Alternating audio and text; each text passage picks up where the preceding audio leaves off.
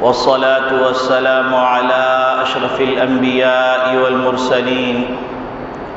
وخاتم النبيين محمد وعلى آله وصحبه ومن تبعهم بإحسان ودعا بدعوتهم إلى يوم الدين. أما بعد فأعوذ بالله من الشيطان الرجيم. بسم الله الرحمن الرحيم. قال الله تبارك وتعالى: يا أيها الذين آمنوا إن جاءكم فاسق بنبأ فتبينوا أن تصيبوا قوما بجهالة فتصبحوا على ما فعلتم نادمين. وقال النبي صلى الله عليه وسلم: كفى بالمرء كذبا أن يحدث بكل ما سمع او كما قال علیہ الصلاۃ والسلام. میرے محترم بزرگوں، عزیز دوستوں، دینی اسلامی بھائیوں، اللہ رب العالمین نے نبی اکرم صلی اللہ علیہ وسلم کے ذریعے سے جو دین ہم کو عطا فرمایا وہ ایک مکمل ضابط حیات ہے. اس میں عقائد سے متعلق، عبادات سے متعلق، معاملات سے متعلق، معاشرت سے متعلق اور اخلاق سے متعلق تمام باتیں بڑی وضاحت کے ساتھ موجود ہیں. دین کی دوری کے نتیجے میں لوگوں نے دین کو صرف عبادات تک محدود کر لیا اور یہ سمجھنے لگے کہ ہم کامیاب ہو جائیں گے اور ہم پکے دیندار ہیں. ہمارے اندر دینداری کی وہ تمام صفات موجود ہیں جو ایک دیندار میں ہونی چاہیے. اخلاق سے متعلق ہم بے فکر، معاشرتی مسائل اور احکامات سے متعلق ہم بے فکر، معاملات سے متعلق ہم بے فکر. جس طرح چاہا معاملہ کر لیا اور جس طرح چاہا معاشرتی زندگی کو گزار لیا اور جس طرح چاہا جو چیز جس کو پسند آ گئی اس کو بطور اخلاق کے اپنی زندگی کا حصہ بنا لیا. اللہ رب العالمین تو فرما رہے ہیں: لقد كان لكم في رسول الله اسوة حسنة لمن كان يرجو الله واليوم الآخر وذكر الله كثيرا. کہ نبی کریم صلی اللہ علیہ وسلم بہترین نمونِ عمل ہیں اور ان کی زندگی بہترین نمونِ عمل ہے اور بہترین معیار ہے کہ اس زندگی کو اپنا کر اپنے عقائد بھی درست کیے جا سکتے ہیں، اپنی عبادات درست کی جا سکتی ہیں، اپنے معاملات درست کیے جا سکتے ہیں، اپنی معاشرت درست کی جا سکتی ہے اور اپنے اخلاق درست کیے جا سکتے ہیں. کیونکہ نبی کریم صلی اللہ علیہ وسلم کی ذات مقدس ایسی ذات گرامی ہے کہ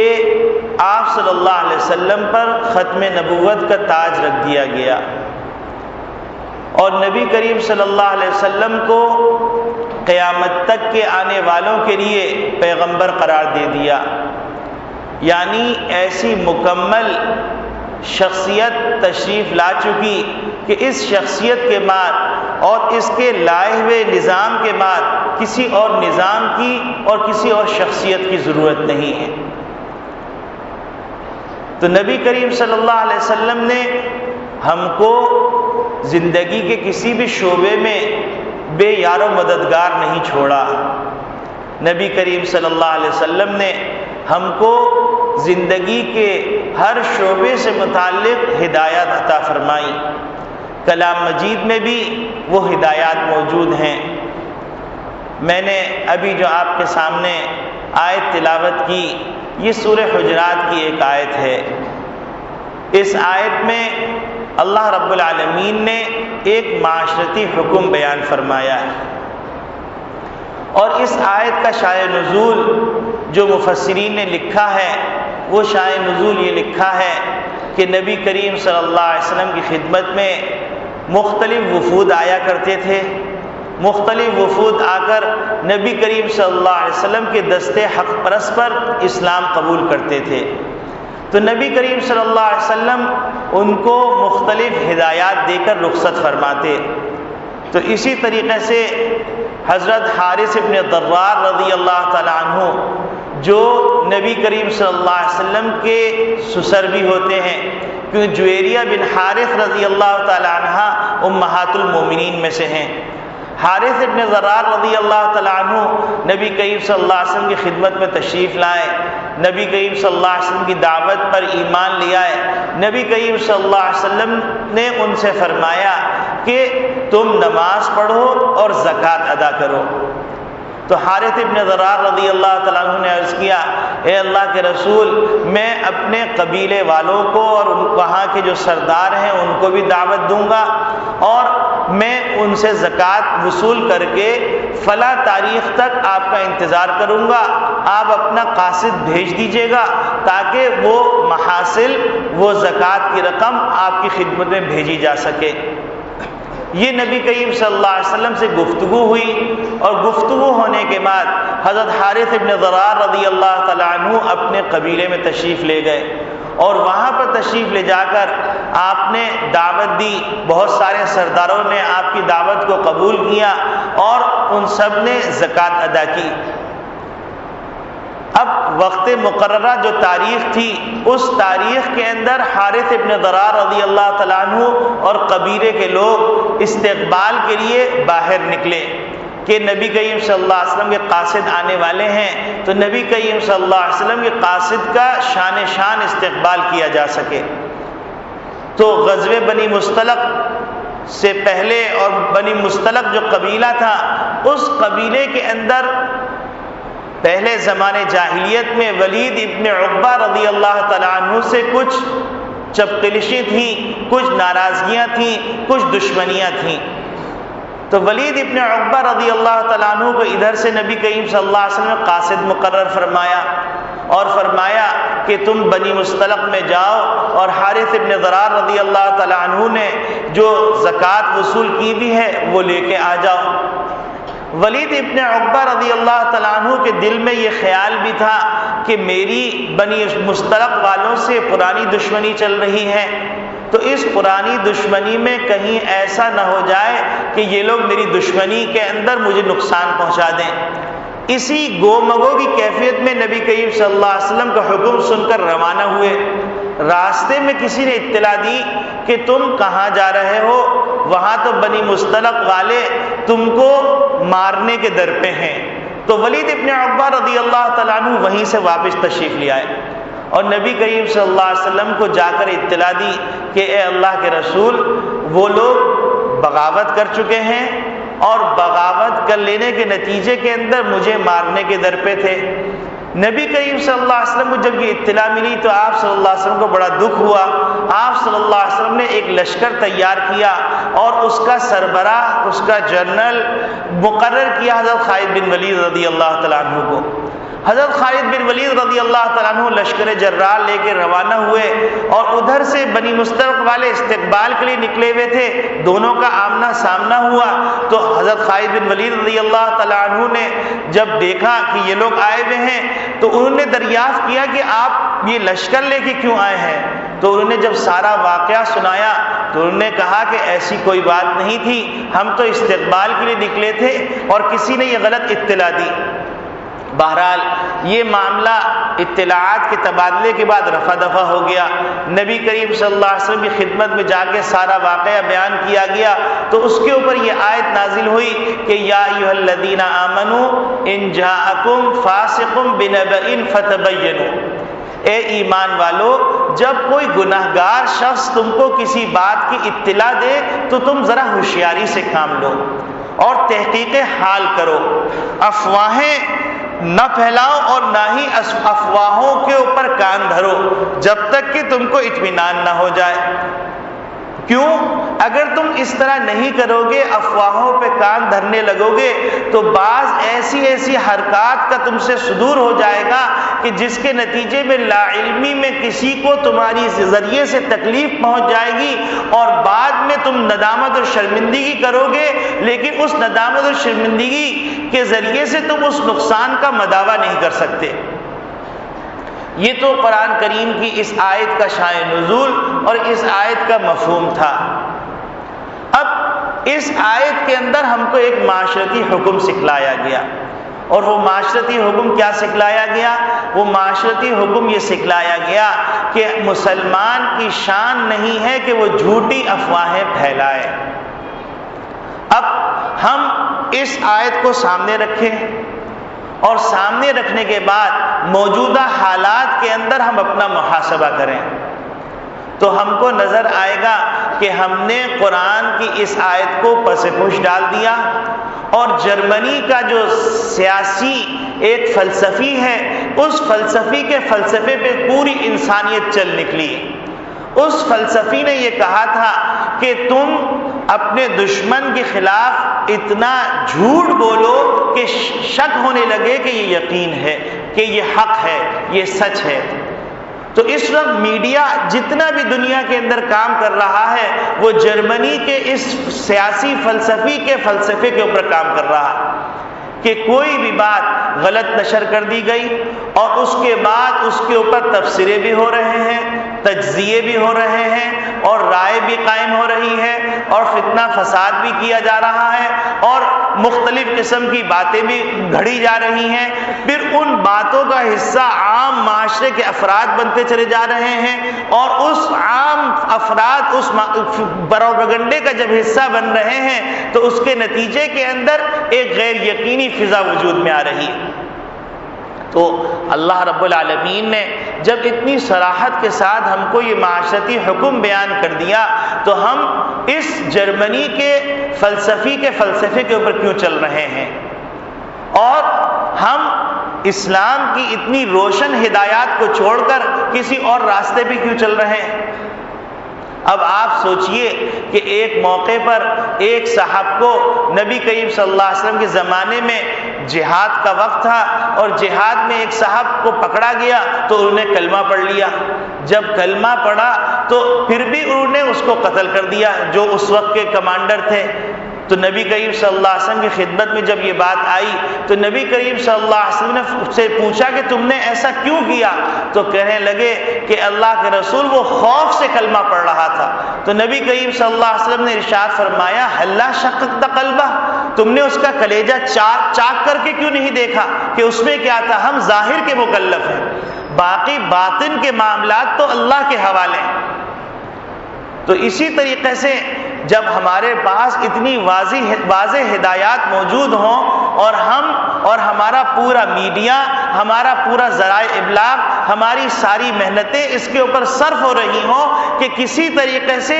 وہ بات جو ہمارے آقا کو پسند ہے اس شدت کے ساتھ کی جائے کہ ہمارے آقا خوش ہو جائیں اور ہم کو کچھ بھوسی ٹکڑے دے دیں۔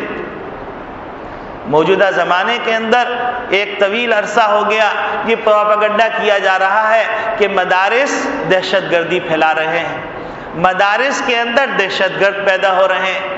اور کوئی بھی واقعہ ہوتا ہے اس واقعے کے پس پردہ جو تصاویر دکھائی جاتی ہیں، جو خبریں نشر کی جاتی ہیں، فلاں صاحب مدرسے سے پکڑے گئے اور وہ دہشت گرد تھے اور ان کے پاس سے جیکٹیں نکلیں۔ اسی طریقے سے کچھ عرصہ پہلے آپ لوگوں کو معلوم ہوگا کہ برطانیہ کے اندر ایک واقعہ رونما ہوا، اور اس واقعے کے اندر جس لڑکے کو پکڑا گیا وہ لڑکا برٹش نیشنل،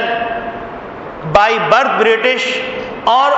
اس نے تعلیم بھی وہیں حاصل کی۔ کچھ عرصے کے لیے، جو بہت ہی قلیل عرصہ ہے، اس عرصے کے لیے وہ بندہ پاکستان آیا، اور پاکستان آنے کے بعد ہو سکتا ہے کہ کسی مدرسے میں گیا ہو۔ اب انہوں نے اس کے اوپر پورا مفروضہ بنایا کہ چونکہ یہ بندہ پاکستان گیا اور پاکستان میں جا کر ایک مدرسے کے ایک دروازے سے داخل ہو کے دوسرے دروازے سے نکل گیا، لہذا یہ دہشت گرد بن گیا، اور اس پورے مفروضے کے اوپر پوری کارروائی بنائی گئی، اور پھر تفصیلات سے آپ آگاہ ہیں۔ تو یہ صرف جھوٹا پروپیگنڈا اور صرف یہ بات کہ اتنا زیادہ داڑھی کو، اتنا زیادہ داڑھی والوں کو، اتنا زیادہ مدرسے کو، اتنا زیادہ مدرسے والوں کو بدنام کر دیا جائے کہ لوگ داڑھی والے سے خوفزدہ ہو جائیں۔ حالانکہ ایک وقت تھا کہ آپ مختلف سفر پہ جب نکلتے ہوں گے تو آپ نے بھی مشاہدہ کیا ہوگا کہ کب کوئی داڑھی والا آتا تو فوراً کہتے نہیں میاں مولوی صاحب آپ جائیے، اور آج داڑھی والے کو اس طرح پیش کر دیا گیا ہے کہ جیسے دنیا کے امن کو تباہ کرنے والا اگر کوئی ہے تو یہ داڑھی والا ہے، اور دنیا کے اندر تخریب کاری کی کوئی تعلیم دی جا رہی ہے تو وہ تخریب کاری کی تعلیم مدارس کے اندر دی جا رہی ہے۔ اور اللہ رب العالمین تو فرما رہے ہیں یا ایھا الذین آمنوا ان جاءکم فاسق بنبأ، اے ایمان والو جب تمہارے پاس کوئی فاسق آدمی، کوئی گنہگار آدمی کوئی خبر لے کے آتا ہے فتبینوا، ذرا ہوشیاری سے کام لو اور چھانٹ چھٹک کر لو، تحقیق حال کر لو، کہیں ایسا نہ ہو تمہارے جذباتیت کے نتیجے کے اندر تم کسی کو نقصان پہنچا دو، بعد میں افسوس ہو اور بعد میں کفِ افسوس ملتے رہو لیکن اس نقصان کا کفارہ نہ ہو سکے۔ فتصبحوا علی ما فعلتم نادمین۔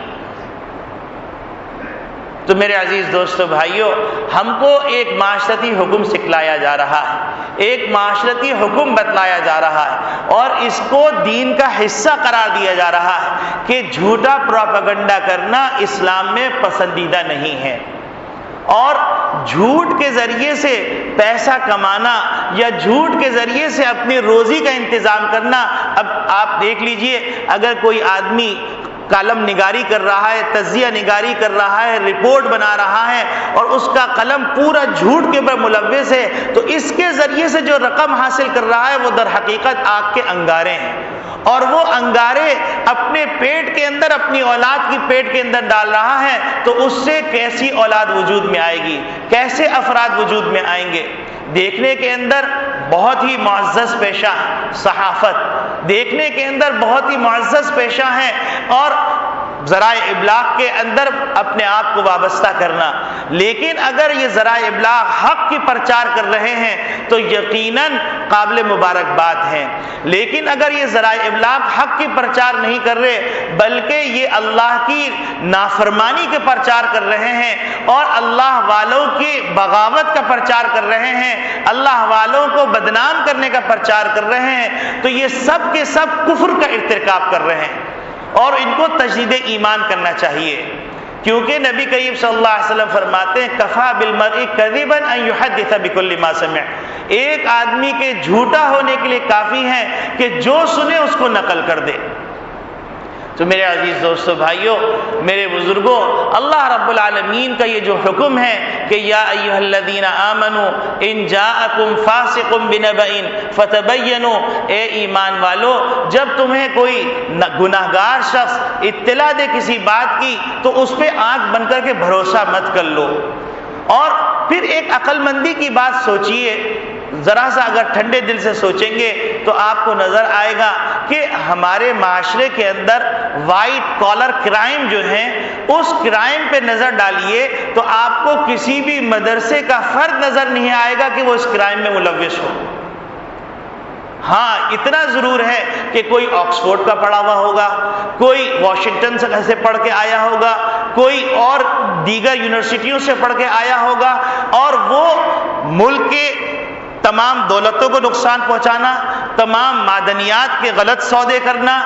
غلط معاہدات کرنا اور غلط معاملات کرنا، اس کے اندر آپ کو وہ لوگ نظر آئیں گے جو مختلف اس قسم کے اداروں سے پڑھ کے آئے ہیں، جن کی نگاہوں کے اندر فرانس کی تاریخ تو ہوگی، فرانس کا جغرافیہ تو ہوگا، برطانیہ کا جغرافیہ تو ہوگا، امریکہ کا جغرافیہ ہوگا، امریکہ کے وسائل کے بارے میں جانتے ہوں گے اور وہاں پر بسنے والی قوموں کے بارے میں جانتے ہوں گے، ان کی نفسیات کے بارے میں جانتے ہوں گے اور ان کے ذرائع کے بارے میں جانتے ہوں گے، لیکن اپنے ملک کے بارے میں ان کو یہ بھی پتہ نہیں ہوگا کہ وہ مدرسہ جس کے بارے میں پروپیگنڈا کیا جا رہا ہے وہ کہاں وجود میں آیا ہے، اور انہوں نے کبھی اپنی زندگی کے اندر اس مدرسے میں قدم بھی نہیں رکھا ہوگا، اور ان کو یہ تک معلوم نہیں ہوگا کہ مدرسے میں کتنے اعلیٰ علوم پڑھائے جا رہے ہیں اور کتنی اعلیٰ تربیت کی جا رہی ہے، کتنے اعلیٰ اخلاق سے آراستہ کیا جا رہا ہے۔ اور اگر مشاہدہ کرنا ہو تو مشاہدہ کرنے کے لیے آپ کسی مدارس کے بھی طلباء کے چہرے کو دیکھیے تو آپ کو اس چہرے کے اوپر نورانیت نظر آئے گی، اطمینان نظر آئے گا، شرافت نظر آئے گی۔ اب اگر ادھر کوئی غلط فرد آ گیا، جیسے ہمارے استاد فرماتے تھے کہ کبھی کسی طالب علم کے اندر کوئی خرابی نظر آ گئی تو وہ حقیقت میں طالب علم نہیں ہے بلکہ وہ خراب آدمی ہے جو طالب علم کے روپ میں آ گیا۔ تو اب کسی ایک خراب آدمی کا تحقیق حال کرنی چاہیے یا ہم پورے ادارے کو جڑ سے اکھاڑنے کی باتیں کرنے لگے؟ تو اگر ایسا انصاف کا تقاضا ہے تو پھر اس انصاف کا تقاضے کے اندر پھر ہمیں آکسفورڈ کے بارے میں بھی سوچنا پڑے گا اور تمام بڑے بڑے اداروں کے بارے میں سوچنا پڑے گا جن اداروں سے وہ افراد وجود میں آئے ہیں جو وائٹ کالر کرائم کرتے ہیں، اور ان کو کس نے یہ تعلیم دی، ان کو یہ کس نے سکھلایا۔ اور پھر بہت سارے مافیا کے جو کام کرنے والے ہیں وہ بھی ملاحظہ کر سکتے ہیں، وہ کسی مدرسے سے پڑھ کے نہیں آئے، وہ کسی خانقاہ کے صوفی نہیں۔ تو اللہ رب العالمین جو ارشاد فرما رہے ہیں کہ یا ایھا الذین آمنوا ان جاءکم فاسق بنبأ، اے ایمان والو جب تمہارے پاس کوئی فاسق فاجر آدمی گناہگار آدمی کوئی اطلاع لے کے آتا ہے تو اس کو کان نہیں دھرا کرو، فتبینوا تحقیق حال کر لو۔ اس وقت پوری شدت کے ساتھ اس بات کی کوشش کی جا رہی ہے کہ مدارس کو بدنام کیا جائے، علماء کو بدنام کیا جائے، اور کوئی بھی پکڑا جاتا ہے تو جیکٹ اس کے درآمد ہوتی ہے، برآمد ہوتی ہے، اس کے ساتھ قاری لگا ہوا ہوتا ہے یا مولانا لگا ہوا ہوتا ہے، جیسا کہ سارے دہشت گرد یہی پیدا ہو رہے ہیں، اور جیسا کہ ساری جتنے بھی اسلحے کے ڈیپو ہیں وہ مدارس کے اندر وجود میں آ گئے ہیں۔ حالانکہ ہمارے علماء اکرام، ہمارے اکابرین پوری صراحت کے ساتھ، پوری وضاحت کے ساتھ بار بار یہ بات کہتے چلے آئے ہیں، جن صاحب کو بھی 1% بھی شبہ ہے وہ تشریف لائیں، دیواریں پھلانگ کے آنے کی ضرورت نہیں، آپ کے چاروں دروازے کھلے ہوئے ہیں، بلکہ ہم آپ کو مہمان بنا کر لے کے جائیں گے اور آپ کے لیے ضیافت کا بھی انتظام کریں گے اور آپ کا استقبال بھی کریں گے۔ آپ بیت الخلاء کے جو ڈرینیج سسٹم ہے اس میں بھی جھانک کے دیکھ لیجئے گا، اور اس کے بعد پھر یہ بات کہیے گا کہ آپ یہ اسلام کی خدمت کر رہے ہیں یا آپ اسلام کے دشمنی کا کردار ادا کر رہے ہیں۔ اور یہ حقیقت یہ ہے کہ قرآن نے یہ فیصلہ کیا ہے، یریدون لیطفئوا نور اللہ بافواہہم واللہ متم نورہ ولو کرہ الکافرون، کہ مشرکین کا خاصہ، یہودیوں کا خاصہ، عیسائیوں کا خاصہ، وہ ٹوٹل جو وار جو لڑتے ہیں وہ 75% وار پروپیگنڈے سے لڑتے ہیں اور 25% وار وہ اپنی صلاحیت سے لڑتے ہیں۔ تو اس وقت میرے عزیز دوستو بھائیوں، یہ جو دنیا کے اندر باتیں مشہور ہو رہی ہیں اور مختلف قسم کے پروپیگنڈے کیے جا رہے ہیں، ان پروپیگنڈے کا علماء سے، مدارس سے، طلباء سے، طالبات سے اور قرآن و حدیث سے کسی سے تعلق نہیں، یہ سراسر جھوٹ ہے اور اللہ کے حکم کو توڑا جا رہا ہے۔ اور سنی سنائی باتوں کو اگر کہیں نقل کیا جائے گا تو نقل کرنے کے اندر وہ آدمی بھی اس کفر کے اندر شریک ہو جائے گا۔ آپ سوچئے کہ اللہ رب العالمین نے مختلف گناہوں کا تذکرہ کیا، مختلف گناہوں کا تذکرہ کرنے کے بعد اللہ رب العالمین جب جھوٹ کا تذکرہ فرماتے ہیں تو فرماتے ہیں لعنت اللہ علی الکاذبین، کہ اللہ کی پھٹکار ہے ان لوگوں کے اوپر، وہ راندے دربار ہیں، وہ ملعون ہیں، ان پہ اللہ کی پھٹکار، اللہ کے فرشتوں کی پھٹکار اور قیامت تک کے آنے والے شرفاء اور صلحاء کی پھٹکار ہے ان کے اوپر۔ جب ایسے سخت گناہ کی اتنی سخت وعید ہے تو اس سخت وعید کا تقاضا یہ ہے کہ ہم اس وعید سے بچیں، اور اگر ہم کو کچھ سمجھ میں نہیں آتا تو کم سے کم ہم کو خاموش رہنا تو آتا ہے۔ اب اللہ رب العالمین کے رسول محمد عربی صلی اللہ علیہ وسلم ایک موقع پر فرمانے لگے حضرت معاذ ابن جبل رضی اللہ تعالی عنہ کو کہ کف علیک ھذا یا معاذ، اے معاذ اپنی زبان کو ذرا قابو میں رکھو، تو حضرت معاذ ابن جبل رضی اللہ تعالیٰ عنہ نے نبی کریم صلی اللہ علیہ وسلم سے عرض کیا کہ اے اللہ کے رسول انا لمؤاخذون بہا نتکلم بہ، کیا ہم ان کلمات کے اوپر بھی ہمارا مؤاخذہ ہوگا جو ہم گفتگو کرتے ہیں؟ تو نبی کریم صلی اللہ علیہ وسلم نے ارشاد فرمایا ثقلتک امک یا معاذ، اے معاذ تم کو یہ خیال نہیں آتا، یہ ایک توبیخ کا جملہ ہے، متوجہ کرنے کا جملہ ہے، جیسے ہم اردو میں کہتے ہیں ارے ستیہ ناش ہو تمہارا، تم سمجھتے نہیں ہو اس بات کو کہ یہ جو لوگ اوندھے منہ جہنم کے اندر پھینکے جائیں گے یہ زبان کی کھیتی تو ہے۔ اسی بات کو نبی کریم صلی اللہ علیہ وسلم نے ایک اور انداز سے سمجھایا اور فرمایا اذا اصبح ابن آدم، کہ جب بنی آدم صبح کرتا ہے فإن الأعضاء كلها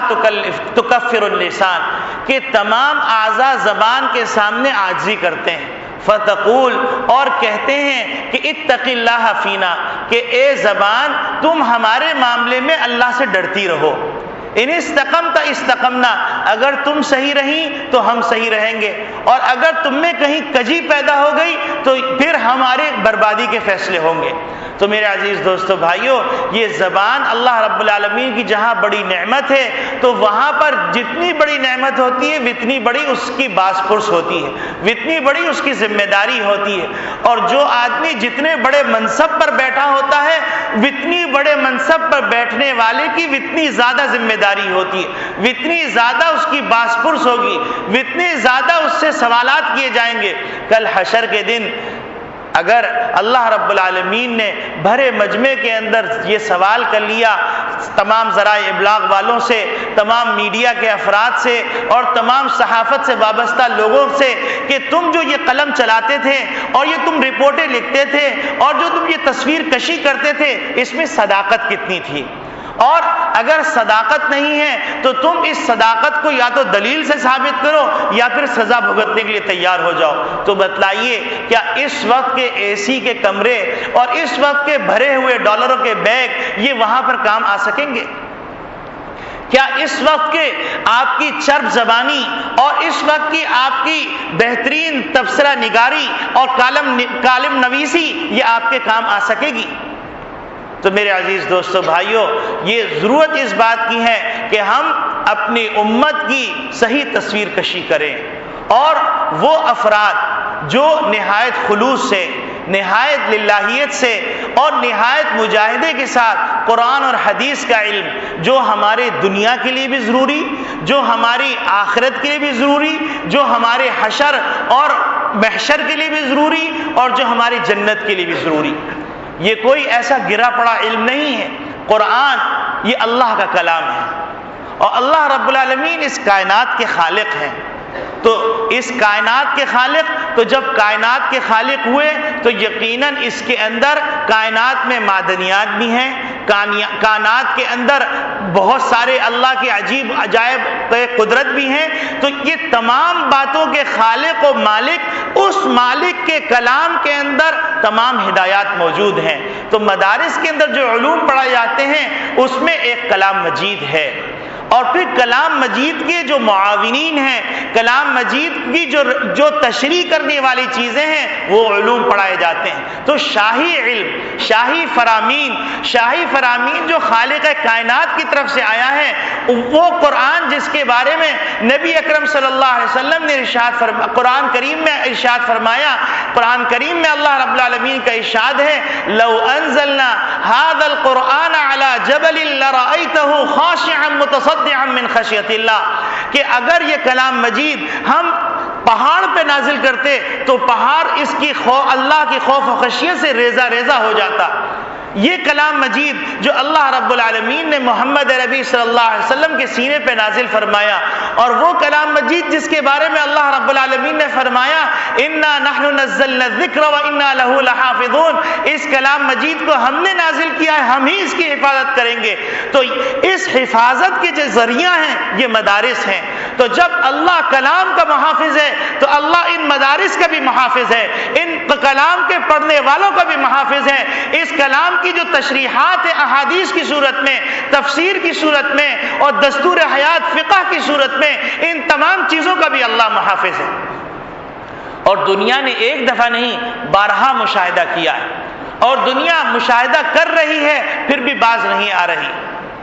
پھر بھی توبہ کی توفیق نہیں ہو رہی۔ کہیں ایسا تو نہیں کہ ان لوگوں میں شامل ہو گئے جن کے بارے میں اللہ رب العالمین نے فرمایا ختم اللہ علی قلوبہم وعلی سمعہم وعلی ابصارہم غشاوہ، کہ ان کے دلوں پہ مہر لگ چکی ہے اور ان کے کانوں کے اوپر مہر لگ چکی ہے اور ان کی آنکھوں کے اوپر پردے پڑ چکے ہیں۔ تو لہذا ان کی حالت یہ ہو گئی صم بکم عمی فہم لا یرجعون، وہ گنگے بھی ہو گئے، بہرے بھی ہو گئے اور اندھے بھی ہو گئے۔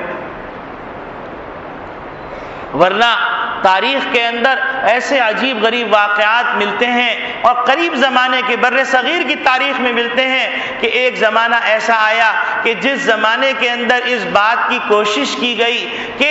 کسی طریقے سے مسلمانوں کے لیے پسپائی کا راستہ اختیار کر لیا جائے، تو اس کے لیے انہوں نے غور و فکر کی اور غور و فکر کرنے کے بعد اندازہ لگایا کہ مسلمان جب تک قرآن ان کے درمیان میں موجود ہے اس وقت تک مسلمانوں کو توڑا نہیں جا سکتا اور مسلمانوں کو نامراد نہیں کیا جا سکتا۔ تو اس زمانے کے اندر برطانیہ سے ایک کاغذ تیار کیا گیا جو کاغذ فائر پروف تھا، جس کے اوپر آگ اثر نہیں کرتی تھی۔ اس کاغذ کے اوپر انجیل مقدس لکھی گئی اور انجیل مقدس لکھنے کے بعد اس کو بر صغیر میں بھیجا گیا، اور اس زمانے کے راہب اور پادری انجیل کو ایک ہاتھ میں اٹھاتے اور یہ اعلان کیا پھرتے کہ ہم انجیل کو آگ میں ڈالیں گے اور تم قرآن کو آگ میں ڈالو، اگر انجیل حق پہ نہیں ہوگی وہ جل جائے گی اور اگر قرآن حق پہ نہیں ہوگا تو قرآن جل جائے گا۔ یہ ایک ایسا عجیب غریب چیلنج تھا کہ اس چیلنج کو قبول کرنا کسی کے بس کی بات نہیں تھی کہ ظاہری شکل کے اندر تو قرآن کاغذ پہ لکھا ہوا ہے اور کاغذ تو جل ہی جائے گا، اور پھر اس کے اندر جو عوام الناس ہے جن کو زیادہ عقل شعور نہیں ہوتا، جو صرف پروپیگنڈے کے اوپر چلتے ہیں، جو صرف ظاہری نگاہوں کو دیکھتے ہیں اور ظاہری نگاہوں سے دیکھ کر ظاہری باتوں کا فیصلہ کرتے ہیں، اور پس پردہ جو عوامل ہیں، پس پردہ جو سازشیں ہیں، ان سازشوں سے لا علم ہوتے ہیں اور ان کا دماغ بھی وہاں نہیں جاتا، تو بہت سے حضرات نے اس چیلنج کو قبول نہیں کیا کہ کہیں عوام مرتد نہ ہو جائے۔ لیکن جب اس بات کا شور شرابہ بہت زیادہ ہونے لگا تو حضرت شاہ عبدالعزیز محدث دہلوی رحمۃ اللہ علیہ جو مرد قلندر تھے، اور حضرت شاہ عبدالعزیز محدث دہلوی رحمۃ اللہ علیہ کی جو حدیث کے اوپر نظر ہے اور حدیث کی جو خدمات ہیں اور اللہ کے افراد تیار کرنے کی جو خدمات ہیں وہ کسی سے پوشیدہ نہیں، حضرت شاہ عبدالعزیز محدث دہلوی رحمۃ اللہ علیہ نے فرمایا کہ میں یہ چیلنج قبول کرتا ہوں۔ جب یہ بات ہوئی تو سارے بر صغیر کے اندر یہ شورا ہو گیا اور لوگ کھچے کھچے دہلی کی طرف آنے لگے یہ منظر دیکھنے کے لیے۔ تو پادری بھی آئے، شاہ عبدالعزیز محدث دہلوی بھی آئے رحمہ اللہ، اور شاہ عبدالعزیز محدث دہلوی رحمۃ اللہ علیہ نے فرمایا پادری صاحب اب اپنا چیلنج کھڑے ہو کے مجمع میں دوبارہ دہرا دیجئے۔ تو وہ پادری کھڑے ہوئے اور کھڑے ہونے کے بعد کہا کہ ہم کہتے ہیں کہ انجیل حق ہے اور تم کہتے ہو قرآن حق ہے، تو چلو آج فیصلہ ہو جاتا ہے، تم قرآن کو آگ میں ڈالو، ہم انجیل کو آگ میں ڈالتے ہیں، جو جل گیا وہ باطل اور جو بچ گیا وہ حق پر۔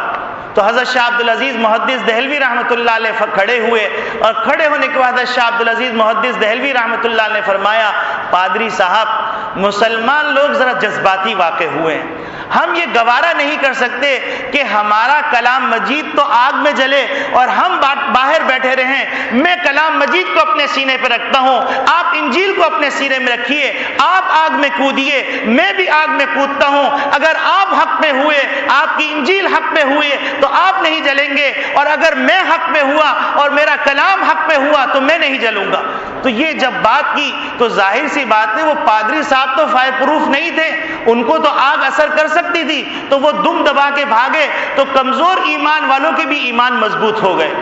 تو میرے عزیز دوستو بھائیو، یہ فتنے کا زمانہ ہے، اور فتنے کے زمانے کے اندر مختلف قسم کے پروپیگنڈے کیے جا رہے ہیں، اور پورا اس کے اوپر اچھا خاصا صرفہ ہو رہا ہے اور اچھی خاصی انویسٹمنٹ ہو رہی ہے کہ کسی طریقے سے دین کو بدنام کر دیا جائے، دینی زندگی کو بدنام کر دیا جائے، کسی طریقے سے اسلام کو بدنام کر دیا جائے، کسی طریقے سے مدارس کو بدنام کر دیا جائے، کسی طریقے سے علماء کو بدنام کر دیا جائے، اور ہزاروں لاکھوں کروڑوں انسانوں کے اندر، اربوں انسانوں کے اندر اگر کوئی خراب نکل آیا تو اور خراب بھی اس لیے نکلا کہ وہ حقیقت کے اندر اس جماعت سے وابستہ نہیں ہے، وہ حقیقت کے اندر اپنے آپ کو اگر چھپانے کے لیے ایسا کر رہا ہے تو اس کے نتیجے میں سارے مدارس کو بدنام کیا جائے، اس کے نتیجے کے اندر سارے علماء کو بدنام کیا جائے، اس کے نتیجے میں سارے صلحاء کو بدنام کیا جائے، تو سوچنے کی بات یہ ہے کہ یہ مدارس سے دشمنی نہیں ہے، یہ علماء سے دشمنی نہیں ہے، بلکہ حقیقت کے اندر یہ اسلام سے دشمنی ہے۔ اور وہ براہ راست نہیں کہہ سکتے کہ اسلام غلط ہے، براہ راست نہیں کہہ سکتے قرآن غلط ہے، براہ راست نہیں کہہ سکتے حدیث غلط ہے، تو انہوں نے مختلف قسم کے افراد پیدا کر دیے۔ کچھ افراد جو مستشرقین کے ٹولے کے افراد ہیں اور انہی کے اندر سے نکلے ہوئے افراد ہیں جو روشن خیالی کے نام پر آتے ہیں اور آنے کے بعد کہتے ہیں حدیث غلط ہے، آگے کہتے ہیں ہمارے لیے قرآن کافی ہے، ہمیں فقہ پڑھنے کی ضرورت نہیں۔ وہ فقہ جو امام ابو حنیفہ نے مرتب کی، وہ ابو حنیفہ اور غلیظ الفاظ استعمال کرتے ہیں، حالانکہ حضرت امام ابو حنیفہ رحمۃ اللہ علیہ نے جو فضلہ سے اجابت کی ہے اس اجابت کے قابل بھی وہ نہیں۔ وہ ایسے جملے استعمال کرتے ہیں حضرت امام ابو حنیفہ رحمۃ اللہ علیہ کے لیے، حضرت امام شافعی رحمۃ اللہ علیہ کے لیے، حضرت امام مالک رحمۃ اللہ علیہ کے لیے، حضرت امام احمد بن حنبل رحمۃ اللہ علیہ کے لیے، اور محدثین اعظام کے لیے حضرت امام بخاری رحمۃ اللہ علیہ کے لیے، حضرت امام ترمذی رحمۃ اللہ علیہ کے لیے۔ تو یہ حقیقت کے اندر یہ اسلام سے دشمنی ہے، حقیقت کے اندر یہ نبی کریم صلی اللہ علیہ وسلم سے دشمنی ہے، نبی کریم صلی اللہ علیہ وسلم کی لائی ہوئی تعلیمات سے دشمنی۔ اب اس دشمنی کو نکالنے کے لیے کوئی نہ کوئی بہانہ چاہیے ہوتا ہے، اور بہانہ جب ملتا ہے تو اس بہانے کو بیس بنا کر، نقطے فکر بنا کر، اس کے اوپر مقدمہ صغرا کبرا ملا کر نتیجہ بنا دیتے ہیں، اور پھر کہتے ہیں کہ ہم کہتے ہی تھے یہ داڑھی والے بدبخت ہیں، ہم کہتے ہی تھے یہ مدارس دہشت گرد ہیں، ہم کہتے ہی تھے مدارس اس قسم کی تعلیم دے رہے ہیں۔ حالانکہ مدارس انسان پیدا کر رہے ہیں، مدارس ذمہ دار افراد پیدا کر رہے ہیں، مدارس معاشرے کے لیے وہ کام کر رہے ہیں کہ اگر مدارس وہ کام نہ کرتے تو پورا معاشرہ عذاب کا مستحق ہو جاتا، کیونکہ نبی کریم صلی اللہ علیہ وسلم کی جو علوم ہیں ان علوم کو حاصل کرنا فرض کفایہ ہے، قرآن کی علم کو حاصل کرنا فرض کفایہ ہے، اور فرض کفایہ کا مطلب یہ ہے کہ علماء نے لکھا ہے، بڑی صراحت کے ساتھ لکھا ہے کہ اگر فرض کفایہ کو ساری امت چھوڑ دے تو ساری امت گناہگار ہے اور ان سے جہاد بھی جائز ہو سکتا ہے۔ تو یہ مدارس اس ذمہ داری کو ادا کر رہے ہیں جو فرض کفایہ کی ذمہ داری۔ تو میرے عزیز دوستو بھائیوں، مدارس سے محبت کیجئے، علماء سے محبت کیجئے، طلباء سے محبت کیجئے، یہ در حقیقت ان سے محبت آپ کے قرآن سے محبت ہے، آپ کی حدیث سے محبت ہے، آپ کی کتاب اللہ سے محبت ہے، سنت رسول سے محبت ہے، فقہ سے محبت ہے، اور نبی کریم صلی اللہ علیہ وسلم کی ذات اقدس سے محبت ہے۔ اور اگر غور کریں تو کیا ہمارے لیے مولا کی محبت اور مولا کے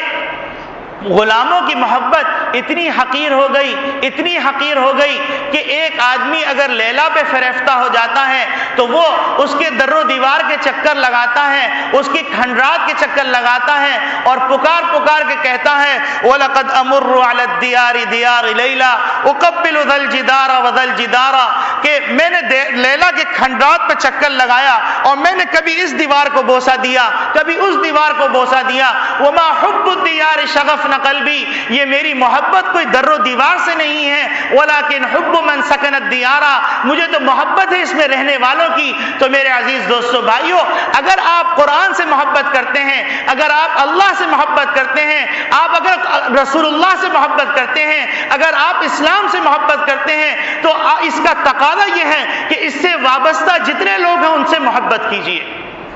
تو یہ آپ کی محبت کرنا اللہ سے محبت کرنا ہے۔ اللہ کوئی آئے گا نہیں زمین پر کہ آپ اللہ کو لپٹائیں اور پیار کریں اور کہیں اے اللہ ہم آپ سے محبت کرتے ہیں۔ اللہ کے جو نمائندے ہیں ان سے محبت کیجئے، یہی اللہ کی محبت ہے۔ اور اس کی تشریح حدیث کے اندر ملتی ہے کہ کل حشر کے دن اللہ رب العالمین فرمائیں گے کہ میں بیمار تھا تو میری تیمارداری کے لیے نہیں آیا،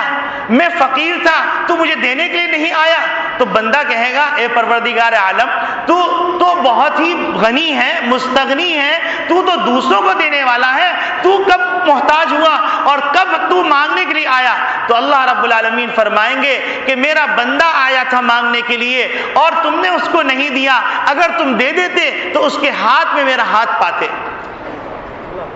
اور اللہ رب العالمین فرمائیں گے کہ تو میری تیمارداری کے لیے نہیں آیا، تو بندہ کہے گا اے اللہ آپ تو صحت دینے والے ہیں، تو اللہ فرمائیں گے میرا بندہ بیمار تھا اور میرے بندے کی بیماری کی تیمارداری کے لیے اگر تم جاتے اور بیمار پرسی کے لیے جاتے تو اس جگہ پر تم مجھے پاتے۔ تو میرے عزیز دوستو بھائیو، اگر ہمیں اللہ سے محبت ہے اور یقیناً ہے، اگر ہمیں رسول اللہ سے محبت ہے یقیناً ہے، اور اگر ہمیں کتاب اللہ سے محبت ہے یقیناً ہے، اگر ہمیں احادیث مقدسہ سے محبت ہے تو یقیناً ہے، تو ہمیں ان سے وابستہ چیزوں سے سب سے محبت کرنی پڑے گی۔ ایک لکڑی ہے، وہ درخت کے اوپر ہے، درخت میں موجود ہے، اس لکڑی کو کوئی قابل احترام نہیں کہتا، اسی لکڑی سے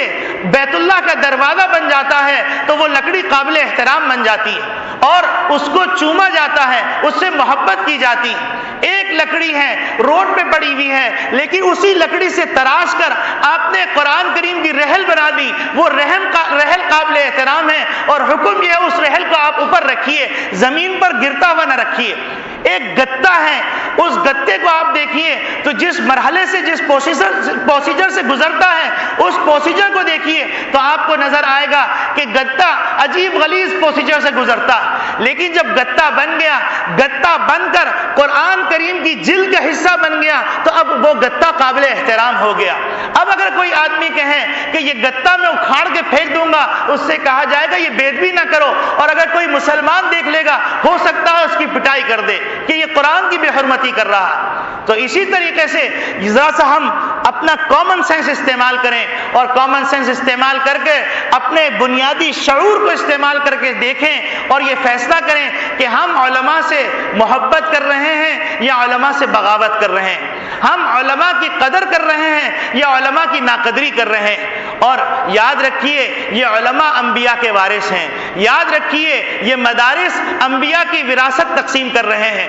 تو اب ہمیں چاہیے کہ ہم ان مدارس کے خلاف جو پروپیگنڈا کیا جا رہا ہے، جو زہر اگل رہے ہیں، اور زہر اگلنے والوں کی سیرت و کردار کو بھی دیکھ لیجئے، ان کے گفتار کو بھی دیکھ لیجئے، ان کے اخلاق کو بھی دیکھ لیجئے، ان کے ماضی کو بھی دیکھ لیجئے، ان کے حال کو بھی دیکھ لیجئے، اور ان کے مستقبل کے خیالات کو بھی دیکھ لیجئے، اور پھر دیکھیے کہ وہ ہمدردی کے اندر یہ بات کر رہے ہیں یا گندگی اور غلاظت ان کے قلوب کے اندر ہے، وہ غلاظت اور گندگی اگل رہے ہیں اور ان کو بہانہ نہیں مل رہا تھا، بہانہ مل گیا، اس بنیاد پہ کر رہے ہیں۔ اور پھر ساتھ ساتھ ارباب اقتدار کو چاہیے کہ مدارس پہ غلاظت کی نسبت کرنے کے بجائے اپنے آس پاس اپنے آستین کے سانپوں کو تلاش کریں، اور اپنے آستین کے سانپوں کو تلاش کریں، اپنے تھالی کے بیگنوں کو تلاش کریں، اور وہ تلاش کریں کہ کون ہے جو آپ کے ملک کو، جو در حقیقت ہمارا ملک ہے، ہم اس کو مدینے سے زیادہ، مدینہ طیبہ کے بعد اور دوسرے شہروں مکہ مکرمہ کے بعد قابل احترام سمجھتے ہیں۔ اس کی مٹی سے ہم کو پیار ہے، اس کی دھرتی سے ہم کو پیار ہے، ہم اس کی حفاظت کو اپنا جزو ایمان سمجھتے ہیں، اور ہم اپنے طلباء کو اور ہمارے اساتذہ ہم کو اس بات کی تعلیم دیتے ہیں کہ یہ پاکستان کا وجود سارے 52 ممالک کے لیے ریل کی ہڈی کا وجود ہے، دماغ کا وجود ہے، عقل و شعور کا وجود ہے، اور اس کا وجود ضروری ہے، اور پاکستان کو سمٹنا نہیں چاہیے بلکہ مشرق سے مغرب تک پھیل جانا چاہیے۔ ہماری تمنا بھی ہے، دعا بھی۔ تو لہذا اگر ہم ملک کے ہمدرد ہیں، اگر ہم دین کے ہمدرد ہیں، اگر ہم اللہ کے رسول سے ہمدردی رکھتے ہیں، تو اس کا تقاضا یہ ہے کہ ہم آستینوں کے سانپوں کو تلاش کریں، اس کا تقاضا یہ ہے کہ ہم تھالی کے بینگنوں کو تلاش کریں، اس کا تقاضا یہ ہے کہ ہم ان دوستوں کو تلاش کریں جو در حقیقت سفید لباس پہن کر دشمنی اندر چھپا رہے ہیں، اور کوئی موقع ایسا جانے نہیں دیتے جس کے ذریعے سے وہ پاکستان کو نقصان پہنچانا چاہتے ہیں، اور 1947 سے لے کے آج تک اس کی جڑوں کے اندر کھوکھلا کرنے کے در پہ۔ جب ہم انصاف کے چشمہ لگا کر انصاف کی نگاہ سے دیکھیں گے تو ہم کو خود بخود اپنے ہمدرد نظر آنے لگیں گے، اور خود بخود ہم کو اپنے ملک کے معمار نظر آنے لگیں گے، خود بخود ہم کو ملک کے مخلصین نظر آنے لگیں گے، اور اپنے دشمنوں کو ہم پہچان سکیں گے۔ اور اگر ہم تعصب کا چشمہ لگا کر اور ہم ڈگڈگی کا بندر بن کر باتیں کرتے رہیں گے تو ڈگڈگی کا بندر صرف وہ ناچتا تھرکتا ہے، اس کا اپنا کوئی عقل اور شعور اور اپنا کردار نہیں ہوتا۔ اور نبی کریم صلی اللہ علیہ وسلم نے ہم کو جو تعلیم دی ہے وہ تعلیم یہ دی ہے کہ تم معاشرے کے لیے ایکٹر کا درجہ نہیں رکھتے، فیکٹر کا درجہ رکھتے ہو۔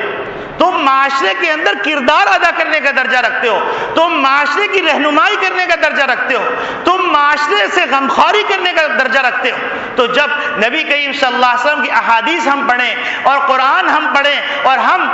وفادار نہ ہوں اور ہم ذمہ دار نہ ہوں اور ہم بلند حوصلہ نہ ہوں اور ہم بلند خیال نہ ہوں تو پھر یہ کتابیں ہمارا پڑھنا بیکار اور ہمارا قال اللہ اور قال رسول پڑھنا بیکار۔ لیکن ایسا ہرگز نہیں، الحمدللہ ہم قرآن پڑھتے ہیں، ہم حدیث پڑھتے ہیں، ہم وہ علوم پڑھتے ہیں جو علوم ہمیں زمین کے اوپر بھی رہنا سکھاتے ہیں، زمین کے نیچے کے بھی معاملات درست کرنا سکھلاتے ہیں، اور حشر کے معاملات بھی درست کرنا سکھاتے ہیں، میزان کے معاملات بھی درست کرنا سکھلاتے ہیں، پل صراط پہ گزرنا بھی سکھلاتے ہیں، اور جنت کا مستحق بنانے کا راستہ بھی سکھلاتے ہیں۔ یہ کوئی معمولی علوم نہیں کہ ان علوموں کو حاصل کر کے دو روٹی کمانے کے قابل ہو جائیں۔